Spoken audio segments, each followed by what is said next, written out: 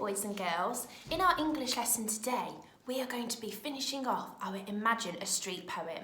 So today you are going to need to keep your plan out in front of you, and you're going to need your poem, so the boxes and the sentences that you have written so far.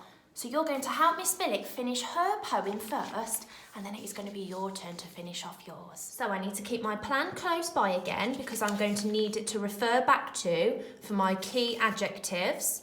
And I'm just going to remind myself of what I need to include when I'm writing my super sentences. So capital letters, finger spaces, full stops, my wow words, which is my adjectives, which should be on my plan, and then my conjunctions, and then my paragraphs as well. So this was my sheet from yesterday. I have finished my third box, and now I'm going to continue with my fourth box. So it will be all about the windows. So again, I'm starting my sentence with imagine a street. Okay, so I know to miss a whole line to create my paragraph. Imagine a street where all the windows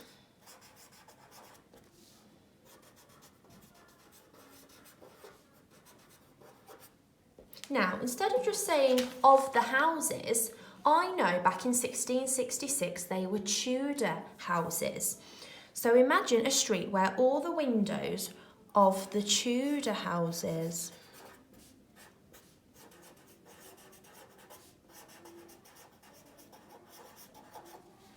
were made from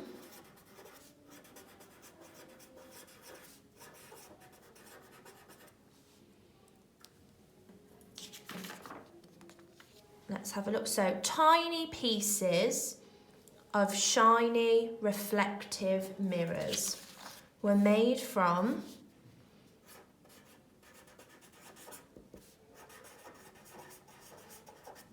tiny pieces of shiny, remembering my comma in between my adjectives,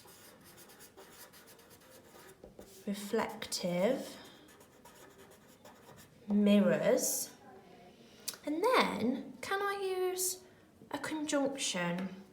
Well, if all the windows were mirrors, that means that people would be able to look at themselves and see themselves as they walk by on the street. So I could say which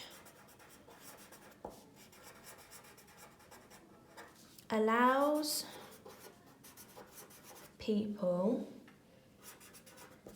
to see themselves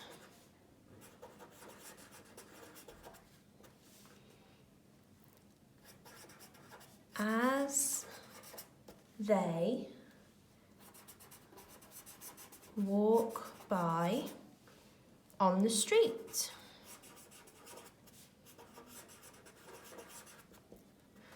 Full stop, and now I'm going to check my sentence. Imagine a street where all the windows of the Tudor houses were made from tiny pieces of shiny reflective mirrors, which allows people to see themselves as they walk by on the street. Okay, so now I'm going to move on to my next box, which is all about the people crying during the Great Fire of London, but they don't cry tears. Mine was that they cry sparkly, glittery fairy dust. So, remember, paragraphs. I've got to leave a whole line. Imagine a street.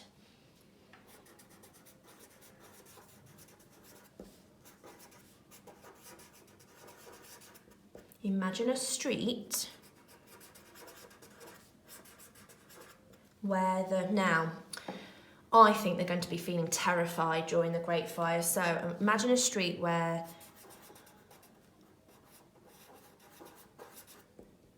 the terrified people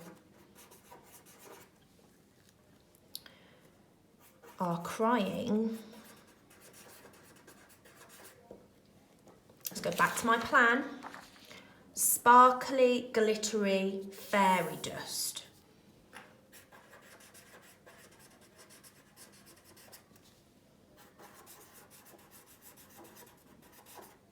sparkly, glittery fairy dust. Now, what would be the reason why they were crying in the Great Fire of London? It's because they would be trying to escape the burning city. So I'm going to use a conjunction, because big elephants can't always understand small elephants. I should be getting really good at that rhyme now. So imagine a street where the terrified people are crying sparkly, glittery fairy dust because they are trying to escape the... Now, I need to turn onto a new page now because I've run out of room there. So I'm going to move on to a new page. So my last word was escape the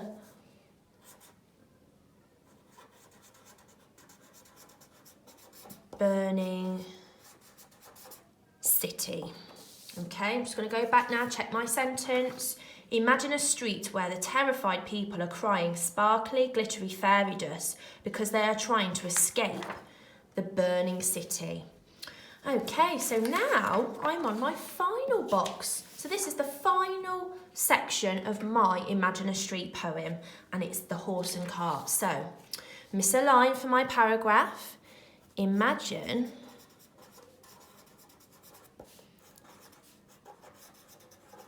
a street where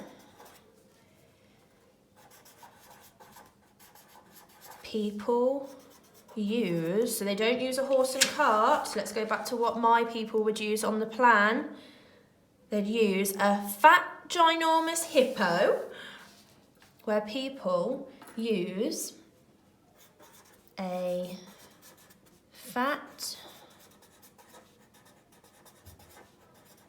ginormous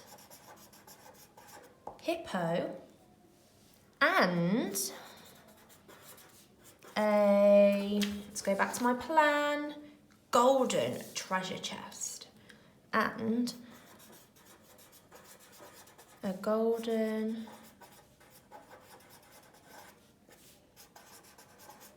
treasure chest, and that was to travel around the streets of London, or they might have used that to escape the fire. So, and a golden treasure chest to travel around the streets of London, or, so a different conjunction this time, or to escape